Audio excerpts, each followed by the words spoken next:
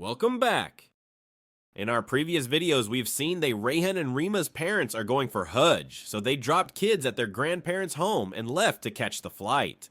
In today's episode, we will learn Hajj steps with Rayhan and Rima from their grandfather. As kids were busy playing with each other, their grandfather called them. Their parents had reached Medina and were online to talk with all of the family. They have reached Medina and visited Prophet's mosque, now leaving for Mecca by road to perform Umrah and then Hajj. Kids were overjoyed and sat down with their grandfather to learn steps of Hajj from him. It is the fifth pillar of Islam, performed in the month of Dhul Hijjah.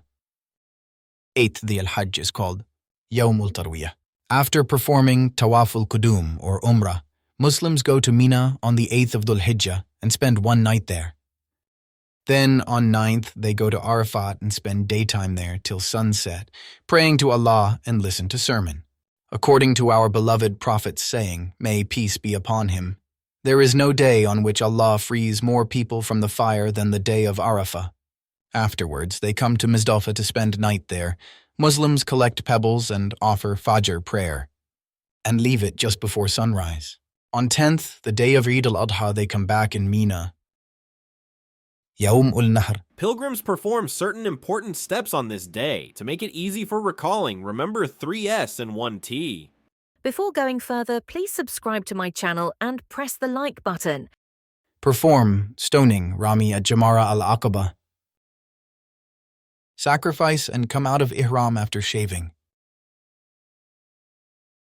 After that, they perform Tawaf Ifadah. On 11, 12, and 13, they stay in Mina, performing stoning of all Jamarat and keep themselves busy in prayers and meeting each other. Then, before leaving Makkah, the pilgrims who are not residents of Makkah perform Tawaf al-Wada. In the end, grandfather told the kids that Hajj is performed in the remembrance of Prophet Ibrahim and Prophet Ismail's great sacrifice.